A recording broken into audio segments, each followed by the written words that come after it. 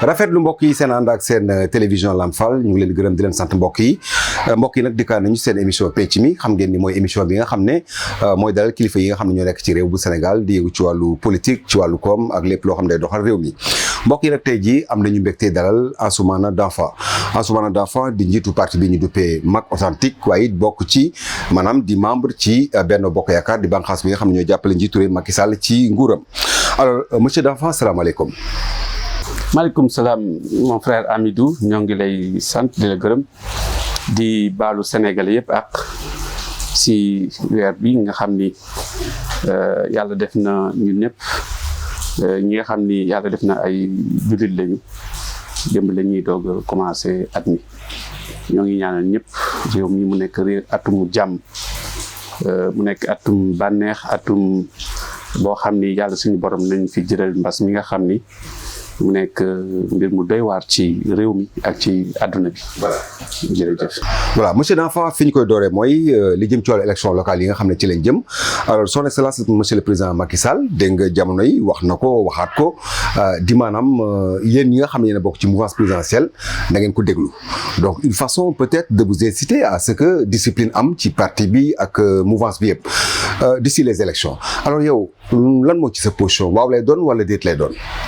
waaw xam nga ñun yàlla def na ñoo ngi déjà si majorité présidentielle bi Benno Bokk Yaakaar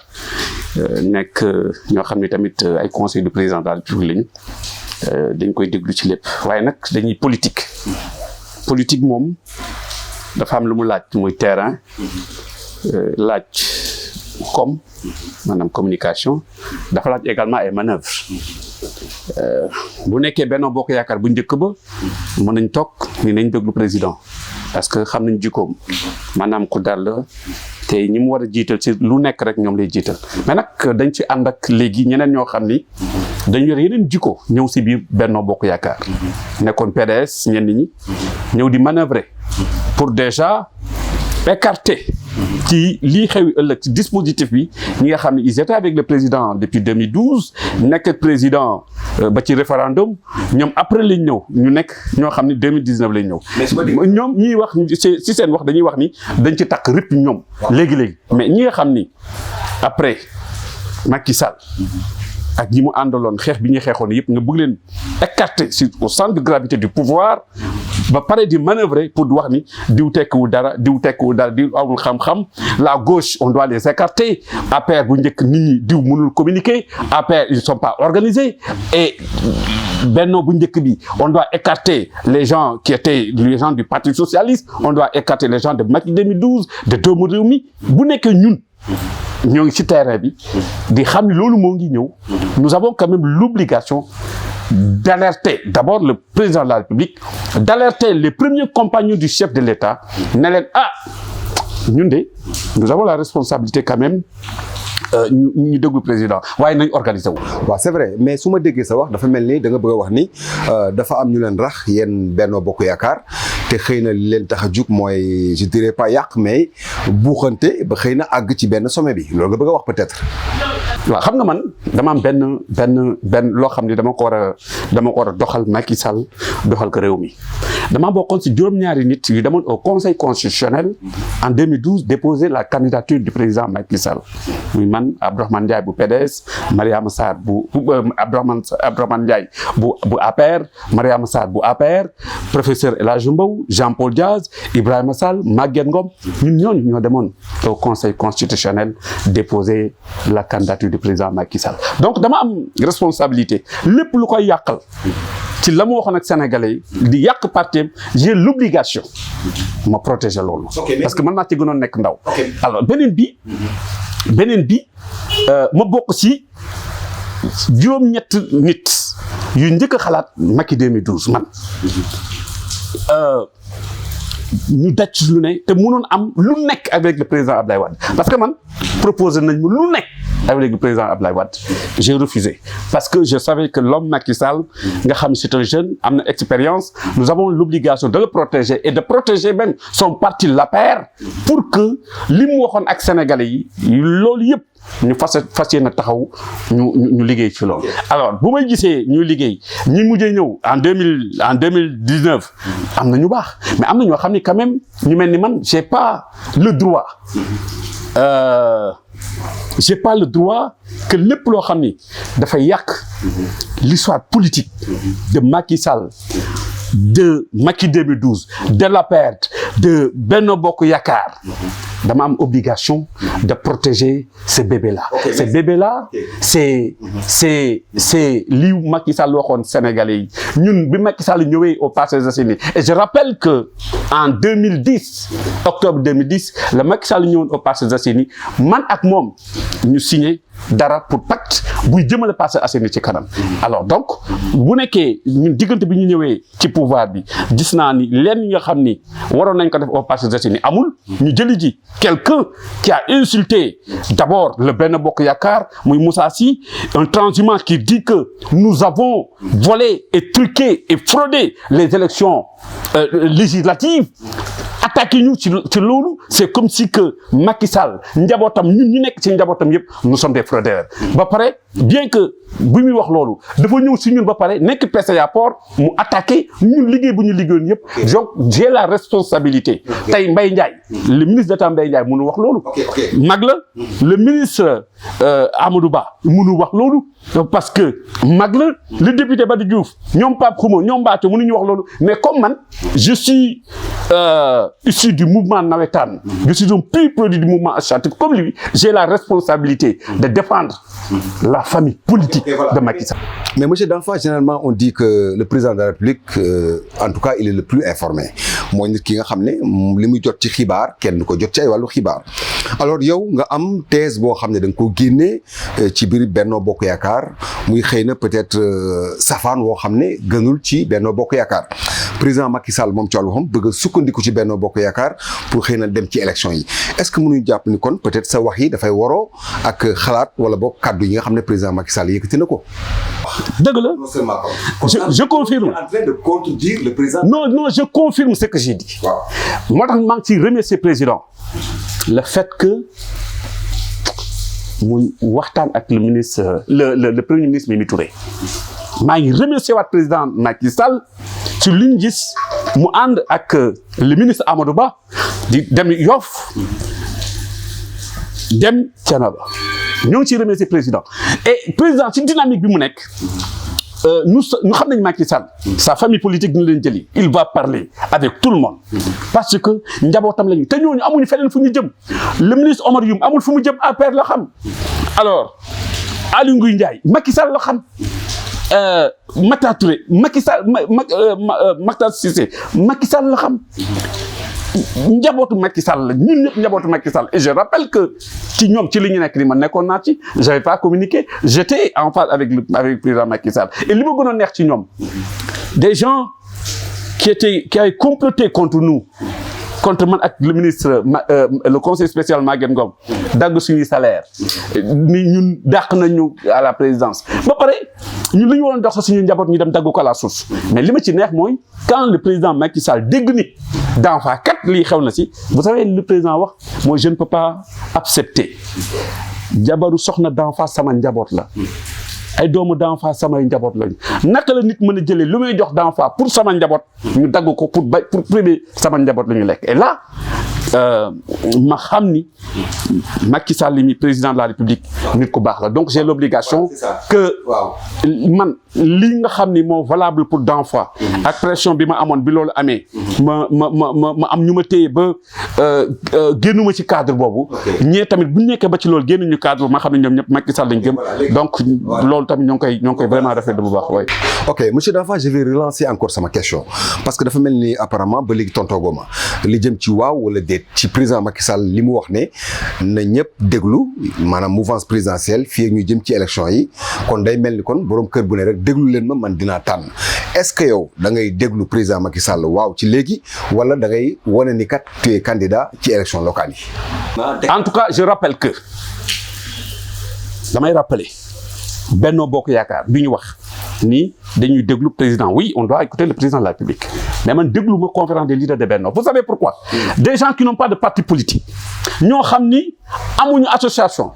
ay GIE sax amuñu ko des gens qui ne représentaient rien qui étaient autour du président Abdoulaye Wade fexe ba Abdoulaye Wade daanu ñu ñëw ñooñu ñi si yëpp ñooy siège réunion conférence des leaders de Benno Bokk Yaakaar c'est ces gens-là qui vont décider à mon nom et au nom des autres non loolu kenn du ko nangu mën nañ déglu Macky Sall mais duñu déglu la fay xew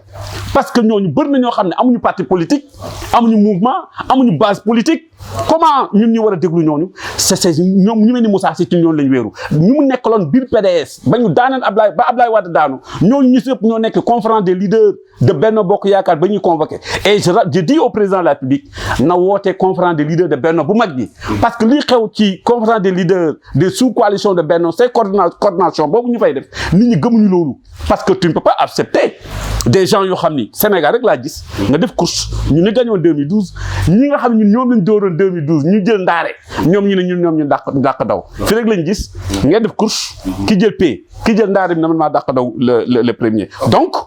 dinañ jóg le président mais man je suis candidat pour les élections au Parcelles Assainies je suis candidat parce que en 2009 j'étais avec Feu Demba Dia ñu gagnoon les élections ci PDS Moussa Sy moo fa nekkoon ñu dóor ko ñu gagné ko ñu foqatoon suñu élection en 2012 j'étais le coordinateur de Benno Bokk Yaakaar au Parcelles Assainies moom mu jiitoon campagne Abdoulaye Wade ñu dóor ko au premier et au second tour fii ci Parcelles Assainies ñu demaat élection locale 2014 c'était pas moom moo gagné les élections c'était Khalifa Sall moo ñu gagné woon parce que man je disais que Benno soo leen investir dinaa def leneen 2014 àndumoon ak Benno ma campagne wax ni képp ku ma voté loolu voté Khalifa Sall te loolu tamit moom fi ba léegi alors beneen bi ñu gis ni ces élections pour élections locales yi ñu jëm suñ ko investir je rappelle que Benno bis bu ñu investir Moussa Sy Parcelles Assainies opposition bi ak ñun ñu nekk sax ci majorité bi nous avons discuté entre nous nous sommes prêts même suñ ko investir ñun ñi ëpp ci ñi nekk biir Benno dañuy def vote sanction et là également j'attire l'attention du président Macky Sall que ñun waxu Dakar dégg nañu ñu koy wax suñu yoon nekkul ci loolu ñun suñu yoon si mu nekk mooy Parcelles Assainies on ne va pas accepter on n'accepterait pas que Benno Bokk Yaakaar investir Moussa Sy comme tête de liste bu boobaa Sonko moo jëloon deuxième au Parcelles Assainies élection présidentielle yi moo ci yoon bi ñoom waa Pastef yi ñoo ngi liggéey ak Barthélémy Diaz Barthélémy li ëpp li Idrissa Seck amoon mu jëloon troisième li ëpp c'était l'électorat de Khalifa Sall tey ñooñu ñoo ngi waxtaan tey je rappelle que Barthélémy Diaz discute également avec des gens de Benno Bokk Yaakaar au niveau local et même dans le département donc nañ bàyyi xel loolu loolu suñu estimer cette affaire-là ça va du baax ci Benno Bokk Yaakaar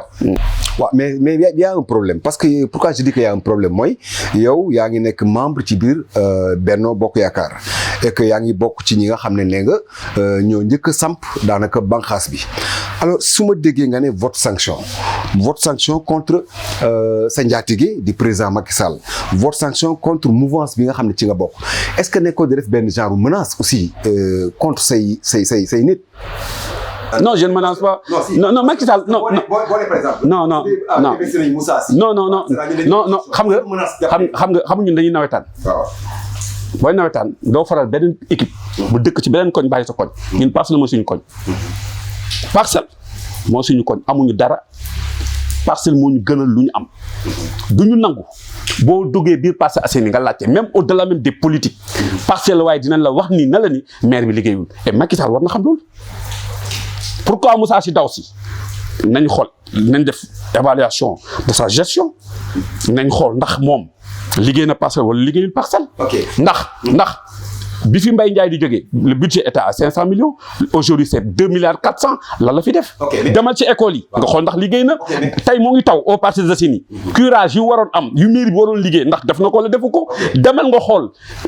centre socio-culturel bu Parcelles Assainies toj na ko ça fait des années defu ci dara école municipale bi nga xam ni sur le plan social da doon dimbali ñu gën a néew di doole toj na ko ñi nga xam ni mooy rajo municipal rajo jàppo ñi nga xam ni li mu formé ci ci ay journalistes kenn xam lu mu toll mais toj na ko yàq ko parce que Mbaye Ndiaye moo initié cette affaire là hôpital Mame Abdou bu Parcelles waa feebaree wala mu am yenn problème mu soxla def radiologie day mujj génn fii dem Nabou Choucair wala mu dem feneen loolu c'est un problème building municipal bi nga xam ne dañ ko doon wax c'est des problèmes alors gis nañ même ci wàllu éducation bourse yi ñu doon wax bi ko yenn conseil yóbbu ci justice ci la daw si ñëw ci ñun maintenant loolu IGE dafa war continuer quand même enquête boobu nous en tant que Parcellois même si toutefois que ñoo ngi ci majorité bi nous avons l'obligation quand même alalu waa Parcelles ñu xool Moussa ndax fi mu ko dugal Moussa si ndax fi mu ko dugal maire bi ndax jaar na ci yoon wala jaarul yoon parce que il a été interpellé par des Parcellois ci par rapport à sa gestion donc le pouvoir y compris le président Macky Sall nga xam ni ci li mu woote mooy gestion bu baax transparence gestion bu baax donc dañu am obligation aujourd'hui muy opposition bi comme ñun ñu nekk ci majorité bi ni li mu yor ci suñu alal mais dafa war a leer mais le problème mooy Moussa Sy bi ngay wax au niveau des Parcelles Assainies ne bëggu leen ko tey bëggu leen ko ëllëg problème bi mooy Macky Sall ci wàllu boppam moo gis Moussa Sy en tant que transhumant bombardé ko PCA mais est-ce que kon jàppoo ni que yéen ñi nga xam yéen bokk ci mouvance présidentielle bañ ne Moussa Sy du fi ñëw du fi nekk est-ce que jàppale ni que xëy na sax Macky Sall moom la gën a yëkk yéen parce que moom démb la ñëw ñu bombardé ko PCA te yéen a ngi fi woon est-ce que jàppoo ni peut-être qu'il y a aussi contradiction ci wàllu woowu. non il peut pas non je rappelle. waaw Karim Wade était la personne de Abdoulaye Wade fële ci Point E ak moyens yi mu amoon yëpp dafa dem élection waa Point E na ko ñoo bañ. dama ni Macky Sall ci boppam na xam ne njabootam aux Parcelles Assainies li ëpp ci les apéristes et la majorité des responsables de Benno Bokk Yaakaar ne sont pas d'accord bu fi tegee Moussa Sy man maa ko wax man et voix autorisée là dama ni APR ñi ëpp ci APR bëgguñu Moussa Sy mu nekk seen candidat man maa wax Macky Sall na xam loolu Benno Bokk Yaakaar premier allié Macky Sall aux Parcelles Assainies man la muy mag authentique ànduma ci tey ànduma ci ëllëg Macky Sall du ko fi teg te je pense que waa Benno suñu manœuvre ba teg ko fi dama ni vote sanction day am aux Parcelles te man naa koy diriger. mais y a aussi un autre problème pourquoi je dis cela mooy Macky Sall est-ce que mu ngi jouer le jeu pourquoi ma ne mu ngi jouer le jeu mooy Moussa Sy étant un adversaire potentiel boo xam ne ci biir Parcelles Assainies ay jamono potentiel adversaire ci mouvance présidentielle jamono dox mu transhumé ñëw président Macky Sall dooleel ko te mu nekkoon seen adversaire démb est-ce que jàpp nga ni que président Macky Sall mu ngi jouer franc jeu par rapport ak yéen ak Moussa Sy seen diggante. non Macky Sall président de la République la ñi àndoon ak moom yëpp ku ci mën a jox da lay jox loolu moom prérogative am la dañ ko koy nangul loolu moom moo ko moom cëram la cëram boobu moom moo ko moom waaye cëru Parcelles moom. cëru Parcelles ñu man Parcelles laa yeewoo fii laa dëkk fii laa yaroo fii laa màggee cëru Parcelles du ma ko jox kenn muy diriger sama destinée localité loolu du ma ko nangul kenn et aujourd'hui réfléchissons ndax Moussa Sy tax moo ngi yeewu Parcelles dama ko ñoom nga laajte ndax moo ngi fay yeewu ñun Parcelles la ñuy yeewoo et dégg naa dem na ci benn télé pour dire que moom Parcelles la yeewu amul benn responsable bu yeewu Parcelles man Ansoumana Danfa unité 12 numéro 137 laa yeewoo demal nga laajte ndax moo ngi yeewoo unité 11 wala moo ngi yeewoo aux Almadies xam nañ lépp donc président na xam ni même si demain président wax ni wala Benno Bokk Yaakaar manœuvre pour dire que Amadou Ba na jiite Dakar Moussa Sy na jiite Parcelles waaye dinañ àndaat nekk benn sanctionné boobu liste ñun ci li ñu nekk aujourd'hui mooy Moussa Sy muy maire Parcelles Assainies moom bu mu fi toog. waaw sànq ci sa biir wax da nga ne comme que jaral na leen bu Moussa Sy en tout cas jiite tête de liste bi ngeen def vote sanction mais moi aussi j'ai un problème su ma reculer un peu quoi vu l'histoire politique en tout cas ci wàllu Parcelles Assainies ku mel ni yow Danfa ku mel ni Amadou Ba ku mel ni Mbaye Ndiaye ak ñeneen ngeen nekk fi boobu ba léegi di xeex pour la mouvance présidentielle ngeen nekk fi di xeex di yéeg ak a wàcc pour président Macky Sall alors président Macky Sall jóge fële jël benn adversaire donc dooleel ko ba tax tey jii yéen sax ngeen di njort ni est-ce que du nekk seen tête de liste loolu doy waar. waaw mais Parcelles waa yi là même au-delà de la gestion du pouvoir Parcelles waa yi ñu bëggatul Moussa Sy et ñun dañu am sañ-sañ wax Macky Sall ne kon Parcelles waaye bëgguñu Moussa Sy te sa njaboot ñoo la war a njëkk a jox la bonne information pour dire à Benno et au président de la République le président de Benno Bokk Yaakaar que ñun Parcelles Assainies ñun sa njaboot bëgguñu Moussa Sy bu ñu ko fi kenn tegal bu ñu fi kenn imposer bu ñu forcer la main nit ñi leneen la ñuy gis parce que man mi bokk ci sa njaboot nga xam ne yoo laa àndal démb yoo laa àndal tey te yoo laay àndal ëllëg boo fi tegee Moussa damay bañ te man xam naa ni biir APR ñi la bëgg depuis 2008 ba léegi ñi nga xam ni mosuñu la wax ju ñaaw yow lañ àndal sa njaboot lañu APR pur lañu bëgguñu Moussa donc boo ko bi tegee duñ la votel dañuy def vote sanction avant que ngay muy njabootam di am jafe-jafe nous avons l'obligation de lui dire monsieur le président de Benno Bokk Yaakaar ñun sa njaboot bëgguñu Moussa Sy bu ko neexee nag na ko def PCA mu dem là c'est son problème c'est le problème de Moussa Sy nomination yi Macky Sall moo koy def loolu prérogative am la waaye Parcelles Assainies ñun ñi fi dëkk nag kenn duñu tànnal koo xam ne bëgguñu waaw mais aussi xam nga monsieur Dafa aussi il faut nga xam benn affaire yéen vous êtes des politiques vous êtes des hommes politiques c'est vrai que mouvance présidentielle suñ ko waxee yéen a toogal mouvance présidentielle mais il faut nga xam aussi que la population parcelloise pardon du mouvance présidentielle bi du mouvance présidentielle kese yéen mouvance présidentielle peut-être 14 15 ngeen wala peut-être une vingtaine mais la population de Parcelles suñ ko waxee mooy askanu Parcelles est-ce que ñooñu ñoo bañ ñu ne ñun bëgguñu Moussa Sy wala soit yéen ay politique comme moom yéen a bañ ne bëggu leen Moussa Sy parce que aussi ça joue aussi balance la boo xam dafa mat a sóor daal je crois à mon avis. vous savez dama lay wax l'histoire politique. bu Parcelles tëddee Moussa musul gagné benn élection seul 2009 Karim Wade Papa Diop PDS Doudou Wade la génération du concret ñoo ko bootoon ñun ñu gagné woon les élections ñu fokkate ko ci ñun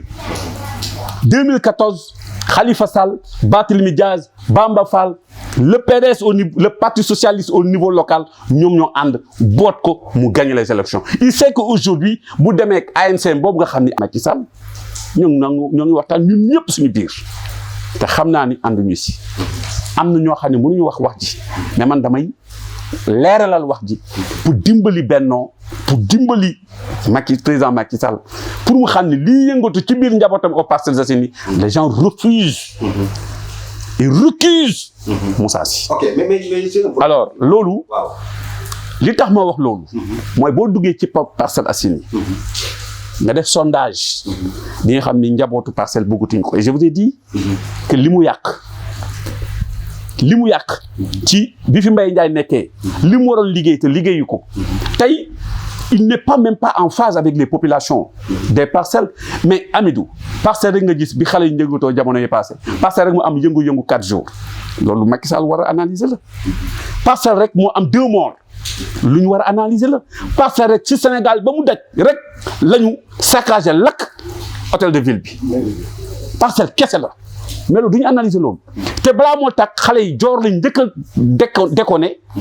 taal joor ba pare di wax mairie jubali mairie bi ñu demee fekk ñoom ñëpp ñu daw dund ya fa nekkoon yi nga xam ni ci Covid bi la ko président joxoon le ministre Mansour Faye mu ñëw interview joxe ko ñu maire bi jël loolu yëpp yóbboon ci mairie bi xale yi ñëw lakk ceeb yi lakk dund yi lakk vivre yi loolu état bi du analyser loolu Moussa rek mooy maire ci Sénégal bu wax ni ci Covid bi su téeméeri ndaw dee woon kon Covid bi jeex na fi ndaw yooyu parce que lañ dëkk ñoo ngi ci biir mouvement nawetaan yi Moussa aujourd'hui ça fait des années mu bloqué subvention des ASC des Parcelles Assainies dont je suis parmi ces ASC là président laa ci mu bloqué subvention de la zone 8B parce que la zone am na ñoo xam ne ils ne sont plus en phase avec lui mu bloqué la subvention ñëwul seen finale parce que cette finale a été parrainée par un autre muy Amadou Ba mu bañ dem foofu dem ci finale bu Diouf Sarr parrainé woon à Yoff loolu da nga yaakaar ne par jeune Parcelles ànd nañ ci et puis élection 2012 li ëpp ci xale yi nga xam ni dañu voté Ousmane Sonko ak Idrissa Seck c'était des éléments de Macky Sall ñu mer parce que Moussa ñëw na ñu dem donc loolu boo tenté ce pouls là tu sens nettement que même ñi ëpp ñu nekk ci mairie bi di liggéey beaucoup de gens ne sont plus en phase avec lui donc si quelqu'un n'a plus l'opinion avec lui si quelqu'un n'a plus coalition bi nga xam ne moo war a porter sa candidature, beaucoup de responsables ne sont pas en phase avec lui, il y a des problèmes et il divise la paire. Okay, voilà. C'est ça mon problème. Il est parti pour dire à des gens que Amadou Ba mënutul gisante ak Macky Sall, mu wax nit ñi ni Amadou Ba ak Macky Sall dañoo réeroo, muy wax nit ñi ni Macky Sall man maay candidat ba des responsables de Benno Bokk Yaakaar et de l'APR gëmuñu ko gëm li muy wax man maa ne leen non Macky Sall est en phase ak ñi nga xam ne sax jëlee na leen ci kii bi. Voilà. Alors moo tax pour ça j'ai fait appel à ma sœur Maïmouna Sissoko, directrice de la case des tout-petits nga xam c'est une apériste na des ak parti APR na fidèle avec les idéaux du président Macky Sall qui est l'APR na ànd ak le ministre d'État Mbaye Ndiaye qui est en fait le patron de l'APR et mu ànd également ak le ministre Amadou Ba qui est le coordinateur de l'APR. Parce que APR s'ils sont soudés et on ne doit pas les diviser muy man ak keneen ils ont la responsabilité d'être ensemble de protéger leur parti moo tax APR au niveau local je leur demande d'être soudés voilà. Même na Sissoko je suis vraiment désolé moo tax su àndee ak APR ci li mu bëgg ci lay gën a jëm kanam. waaw apparemment dafa mel ni nag dafa mel ni monsieur Danfa dafa am foo dégg ni xëy na que Moussa Sy lañ nar a teg seen kaw parce que ni ngay waxee nii dafa mel ni tu as peur de quelque chose et d'ailleurs tu as raison parce que yow nga nekk fii Amadou Ba nekk fii Mbaye Ndiaye nekk fii ak keneen Moussa Sy ñëw waaf seen kaw donc vraiment je me dis que sàggante la wala xamu nu mu demee noonu mais en tout cas y a problème ci yéen le fait que waa yoo xam dafa ñëw rek ne bëreet seen biir ba tax tey jii yow sax ngay njort ni xëy na moom lañ nar a jox donc la kii candidature bi. politique dafa doy waar man damay politique jàng naa lu bëri j'ai eu la chance nekk ci ay rencontres yoo xam ni président moo koy teg nekk fa premier ministre Boun Abdallah premier ministre Mimi Touré ministre d'État Mahmoud Saleh ministre directeur de cabinet Omar Youm ñoom Maître Ousmane Seye ñoom Youssou Ndour j'ai eu quand même cette chance là xam naa ni affaire di doxee et aujourd'hui bu ñooñ kese bu ñu doon nekk dama naan amul problème mais damaa gis bi ma nekkee xale li daaneel Abdou Diouf lu ko daaneel mooy ñi nekkoon ci njabootam mooy ñu mel ni Mbaye Jacques Diop ak ñooñu Moustapha Niasse Djibo Leyti Ka ñoo rek ko woon njaboot ba am jafe-jafe président Macky Sall bi mu génnee PDS Idrissa Seck ñoom Lamine Ba Aminata Tall PDS am jafe-jafe donc man en tant que koo xam ni da nga fidèle au président de la République da nga loyal au président de la République dama am responsabilité ma xam Moussa ak ñi mu mujjee ñëwal lu ñu capable ak ci lu ñu nekk bugguma ñu tas njabootu Macky Sall parce que ils sont dans ça xam naa quand les gens disent retrouvailles de la famille libérale c'est pour liquider l'APR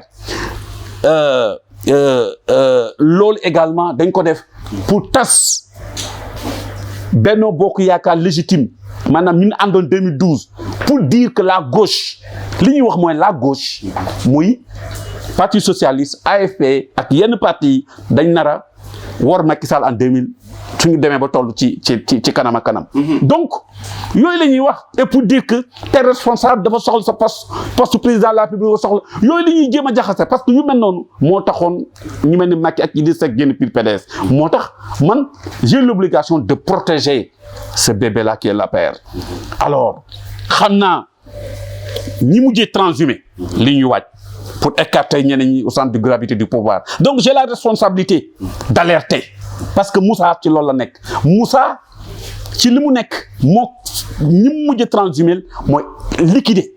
waa APR yi nekk fii au Parcelles Assainies man si lu ñu suñu sañoon ma bokk ci schéma boobu ma refusé alors moo tax ma def alerte boobu su amee 2024 ak lu munte xew moom mën nañ changer leen xam nga nit koo xam ni war nga Pape Diop war Ablaye Wade war Karim tuddee ko tal padam te 2009 moo la jàppale war Khalifa Sall fekk ba prison wax ko yenn yi war ko mais ëllëg Macky Sall war naa xam ni Moussa Sy n'est pas crédible bu méttee da ko fi bàyyi man nag xale la comme Moussa Sy j'ai la responsabilité de dire non lii ànduma ci. ok oui parce que Macky. le président Macky xam na ni. du ma ànduma ci te du ma tricher je ne joue pas. ok mbokk yi ñu fàttali leen ni sunu gan di Ansoumana Dafa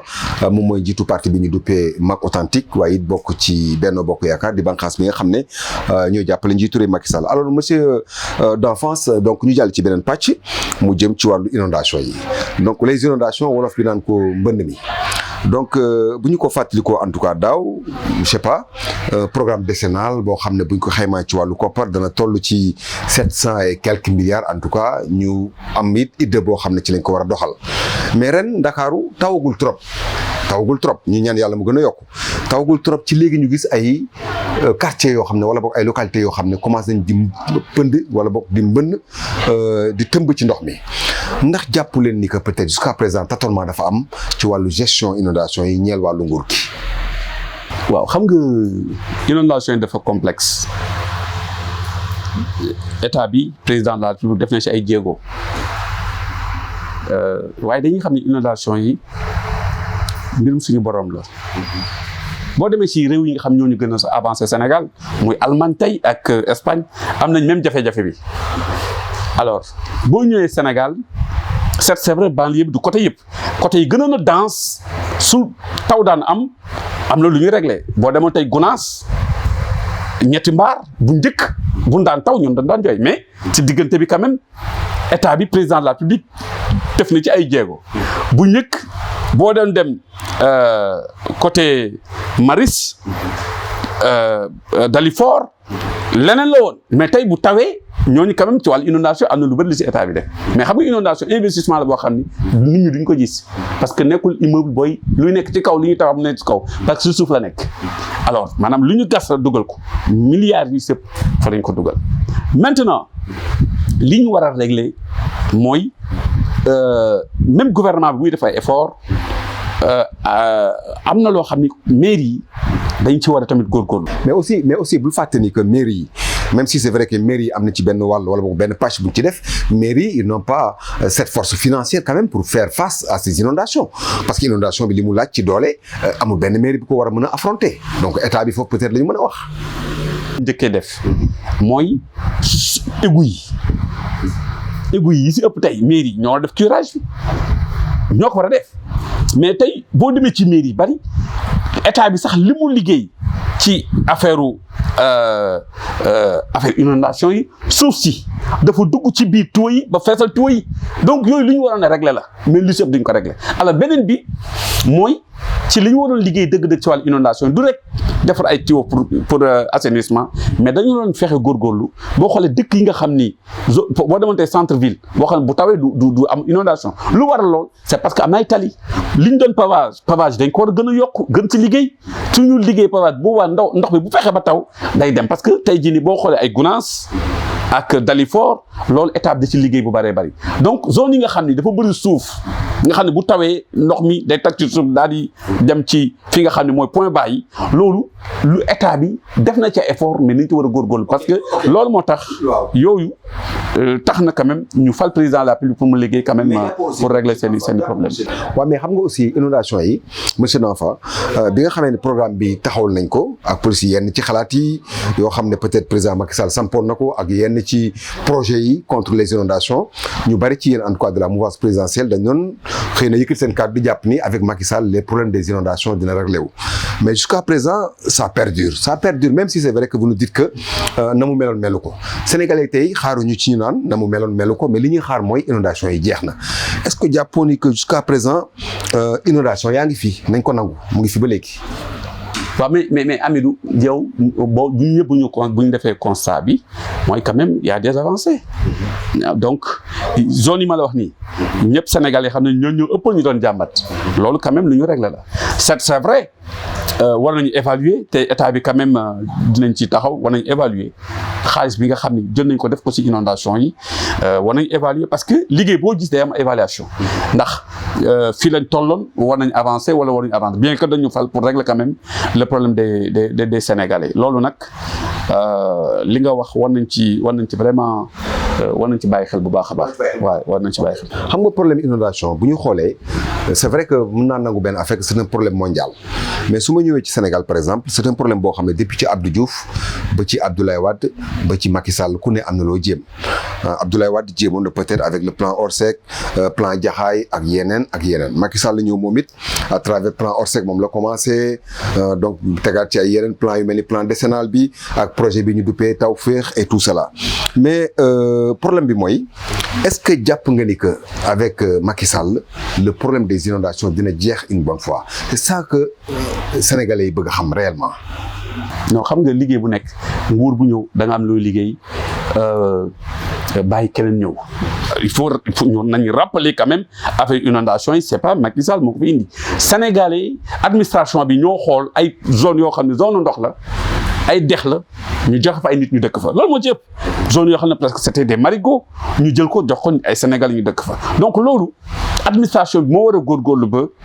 zone yoo xam ni zone ndox la nga xam ne ndox moom du bàyyi yoon ñu fexe ba buñ koy joxe suñuy def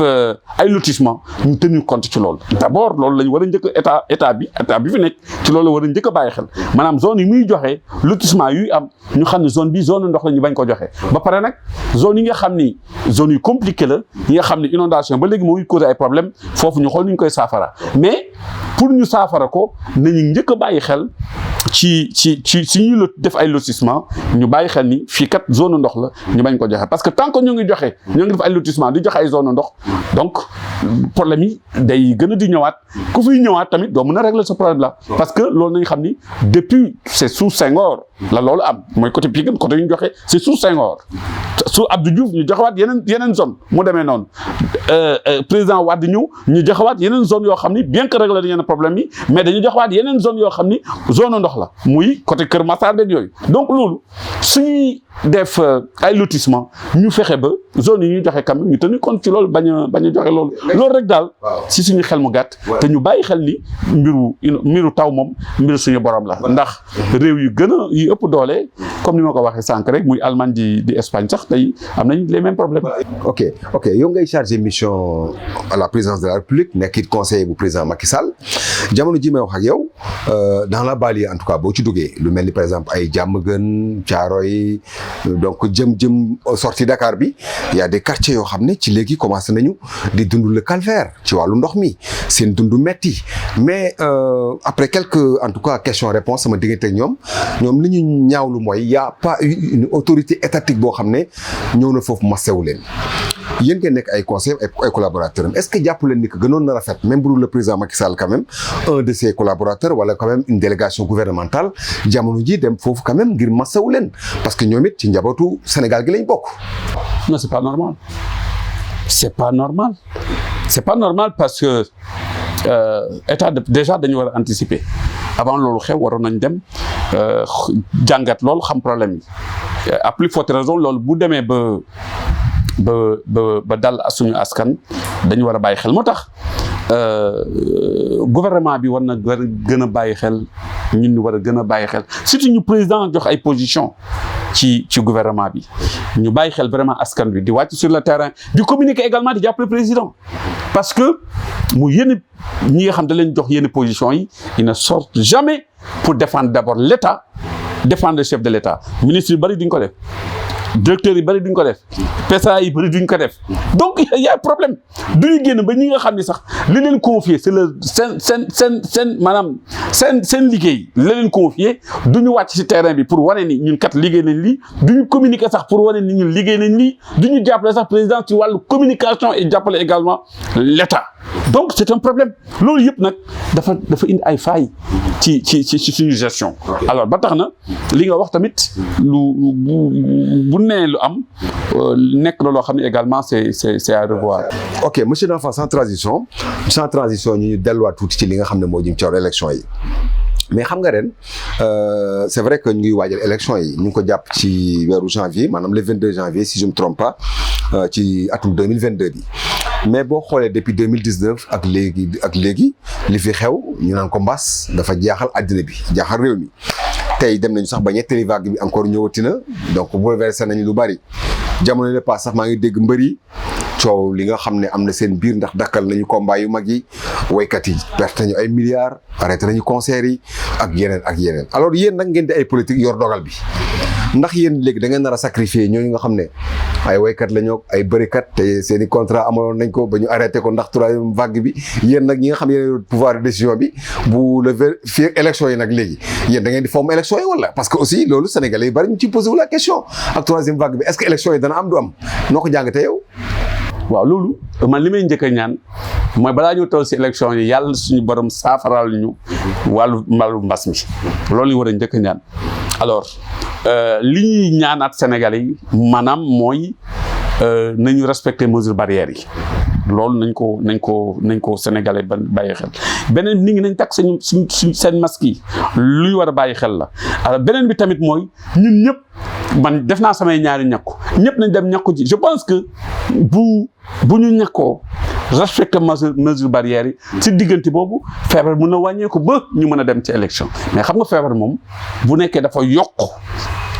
loolu car macha allah boobaa mën a hypothéquer les élections léegi nag loolu mbirum suñu borom nañ bàyyi ba ñu toll ci loolu bu boobaa ñun ñëpp ñu évaluer ensemble la situation te ñu xam ne affaire mbas mi du affaire politique yi kese du affaire état bi kese du affaire président de la République affaire Sénégal yëpp la ñoo war a ànd nekk benn xeex affaire mbas mi parce que balaa nga tal élection balaa nga tal lamb wala concert day fekk nga am wér-gu-yaram donc ci li ñu war a liggéey maanaam mooy ñu fexe ba góorgóorlu ci loolu ci affaire Covid bi. oui c'est vrai malgré li nga wax malgré thèse bi nga wax aussi ci beneen sens bi aussi il y a des opposants yoo xam ne ñoom dañ ne ñett ils seront jamais d'accord à ce que ñu reporter ko parce que malgré contexte Covid bi il y a des pays en tout cas yoo xam ne organiser nañu élection te xam nga monsieur Danfan aussi élection yi dàq nañ ko dàqaat ko donc ñoom yenn ci opposition bi li ñu jàpp mooy malgré ce qui se passerait ils n'accepteront jamais que ñu dàq élection yi foofu it noo ko jàngatee par rapport ak angle boobu. waaw loolu xam nga contexte foofu ak fii du benn moo tax man li may ñaan rek mooy ñu ñaan quand même na respecte d'abord mesures barrières yi moo ci ëpp solo parce que ñun au Parcelles Assainies je rappelle que ñun ñenn ñi nekk ci majorité bi suñuy dem sensibiliser ci affaire mbas bi dañ koy def ak opposition bi dañuy ànd ñun ñëpp parce que ñun ñenn ñi nekk ci majorité bi ñenn ñi nekk ci opposition bi suñuy xarit lañu lépp lu ñu defandoo luy jëmale askan wi kanam et puis je félicite vraiment ñenn ñi nekk ci majorité bi mais également de l'opposition des Parcelles Assainies parce que ñu ëpp ci opposition Parcelles Assainies ñoo ngi ci affaire mbas mi ñoo ngi sensibiliser ñoo ngi wax lu baax di ci dox di sensibiliser population bi là où le maire ne l'a pas fait. waaw mais sànq aussi wax nga ko maanaam la présence du parti Pastef au Parcelles Assainies Parcelles Assainies ku ne xam ne ni localité bu yaatu la et puis localité la boo xam ne ci wàllu politique dafa am histoire alors noo jàngatee la présence du parti Pastef tey jii ci biir votre localité muy Parcelles Assainies. C'est des gens à féliciter c'est des gens à encourager parce que ñoo ngi koy def pour askan li nga xam ne moom valable pour yéen communes yi valable pour parcelle quand même opposition bi ak majorité bi lu ëpp luy jëmale si askan wi kanam dañ koy defandoo ensemble. waaw donc bokkuñu comme yeneen communes yi quoi. mais lan moo tax kon yow sànq ci sa biir wax vote sanction bi nga tànn ci Pastef alors que bu weesoo Pastef wax nga ko sànq y a d'autres partis y a taxaw Dakar bu Khalifa Sall y a le Parti démocratique sénégalais il y a d'autres et d'autres mais pourquoi nga choisir seulement ne vote sanction bi da nga ci dem ak Pastef pourquoi nga choisir loolu. non vous savez j'ai des amis yu nekk au Pastef et chez Khalifa Sy je le dis mes amis ñi nekk ci Khalifa Sall dama naan ay ndaw ngeen vous êtes des jeunes am leen fa fulla am leen fa fayda xam leen ay doomu Parcelles ngeen ñi nekk également ci foofu ñu mënul récupérer ñu récupérer leen mais ñu mënul récupérer également on les félicite et puis on les encourage parce que politique la ñuy def parce que ñun fa ñu nekk ñoom dañuy encourager di ñu jox ay conseils ñun it ñoo leen doon des conseils parce que Parcelles Assainies ñun ñoo ko bokk alors li ci am solo mooy même si dañu nekk ci majorité bi li am solo pour ñun muy te loolu la ñuy waxante suñu biir majorité ñu nekk ci majorité bi ak ñu nekk ci opposition bi tout sauf Moussa Sy parce que ñun xam nañu ni suñu investir keneen koo xam ni du Moussa Sy te mu nekk ci Benno Bokk Yaakaar ñi fi ëpp ci ñoom dinañu voter xam nañ loolu ñun xam nañu ni suñu investir Moussa Sy su ñun en commençant par man damay voté ñooñu waxtaanee nañ ko ba pare ñun déjà waxtaanee nañ ko moo tax ñu ne ko Pastef je les encourage je les félicite ñu nekk ci Khalifa Sall je les encourage je les félicite ñu nekk PDS des fa am fa góor nekk Karim je les encourage je les félicite opposition parcelloise société civile parcelloise je les félicite et je les encourage ñoo ngi liggéey ñun it ñoo ngi liggéey ci majorité bi on est ensemble alors ñun benn local lañu waxuñu présidentiel c'est Ousmane Sonko c'est Macky Sall c'est ñeent voilà ñun nekk tolluñu foofu législative président Macky Sall bu soxlaa dañuy liggéey dañ koy jox li ñu war a jox mais local moom tout sauf Moussa Sy tout sauf Moussa Sy encore je rappelle te li may wax dama ko xam ñun ñoo ngi ci pouvoir bi waaye ñun ñoo ngi discuter ak opposition bi pour que ñu créer benn liste commune loolu waa Benno di teg bu boobaa suñu yoon di ci nekk ñoom it xam nañ ni si Ousmane Sonko ou bien Khalifa Sall bugg leen imposer lu ñu àndul dañuy def benn liste ñoo ngi waxtaan ñun nañ déglu fii parce que ñu ne passe lañ dëkk maanaam tout sauf Moussa Sy. voilà presque mu mel ne émission bi jeex na fu mu toll nii alors monsieur Danfa yow conseiller nga à la présidence de la République nekk chargé mission benn question balaa ñuy jeexal émission bi mais est-ce que yéen en tant que des conseillers chargés de mission à la présidence yéen a ngi jouer seen rôle comme il le faut parce que ils sont nombreux parmi les Sénégalais à dire que peut-être nomination bi moo fi nekk rek mais liggéey bi amul est-ce que yow yéen a ngi jouer seen rôle. non c'est pas que Pastef. C'est pas que Pastef y a les khalifistes qui sont mes amis man Barthélémy Dias sama xarit la day ñëw sama kër damay dem këram au-delà même de la politique parce que Jean-Paul Dias mooy suñu papa les khalifistes relation yu baax laa am ak moom yenn boo yi nekk Pastef fii ak yenn grand yi c'est mes amis yaa ngi dégg donc ñoom it nee nañu bu ñu investir ku leen neexul ñun fii bu ñu investirul Moussa Sy am na ñoo xam ne jusqu'au même de voter pour nous loolu c'est ça qui prime pour nous c'est les partis qui priment pour nous cette affaire-là c'est pas l'affaire ni de Benno ni de Sonko ni de Khalifa Sall c'est l'affaire des partis ñun si loolu lañ nekk ñoom loolu lañ gëm ñun loolu lañ gëm tout sauf Moussa Sy et on va se battre pour ça ñun doomu Parcelles ñoo ngi waxtaan pour loolu personne duñu imposer Moussa Sy. ok voilà presque émission bi jeex na mais balaa émission bi di jeex balaa ma koy tëj ma ko war a laaj benn affaire yow conseiller nga à la présidence de la République du Sénégal chargé mission. voilà presque mu mel ne émission bi jeex na fu mu toll nii alors monsieur Danfa yow conseiller nga à la présidence de la République nekk chargé mission benn question balaa ñuy jeexal émission bi mais est-ce que yéen en tant que des conseillers chargés de mission à la présidence yéen a ngi jouer seen rôle comme il le faut parce que ils sont nombreux parmi les Sénégalais à dire que peut-être nomination bi moo fi nekk rek mais liggéey bi amul est-ce que yow yéen a ngi jouer seen rôle. waaw man moom xaw ma ñeneen ni mais président xam na ce qui est important pour man moi je sais que maa ngi def ay notes maa ngi conseiller chef de l'État lu ma ko wax maa ngi koy wax lu ma gis maa ngi koy wax ak nu munti doon ci réew mi li may sant maa ngi koy doxal tamit. monsieur Danfa maa ngi lay gërëm di la sant xam naa sa kàddu gu mujj ak mbokki téléspectateurs yi. sant yàlla di wax ni mbas bi yàlla na ko fi suñu borom jëlee réew mi yàlla na am jàmm Parcelles Assainies yàlla na am jàmm yàlla na mairie bii di ñëw yàlla na fi yàlla teg kuy jig Parcelles Assainies kuy yërëm waa Parcelles Assainies kuy liggéeyal waa Parcelles Assainies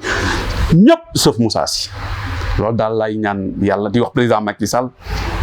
bu ko na ko yàlla may jàmm yàlla defal ko salaam te it bu ñu kenn dugal ci manœuvre pour Moussa Sy ñu teg ko fi alors les Parcellois ci loolu lañ nekk ñun majorité bi ci loolu lañ nekk donc ñoo ngi ñaanal ñëpp jàmm di wax waa Lamp Fall di yëpp yàlla defal leen jàmm may leen salaam. mbokk yi ñu koy gërëm di ko sant mu nekkoon Ansoumana Danfa di njiitu parti bi di Mag Authentique nekk it ci Benno Bokk Yaakaar di maanaam membre ci biir Benno Bokk Yaakaar ñu koy gërëm di ko sant bu baax a baax di gërëm it di sant équipe technique bi ñu doon jàppale ci wàllu liggéey bi mbokk yi seen émission penc ci beneen numéro jërë ngeen jëf wa salaam.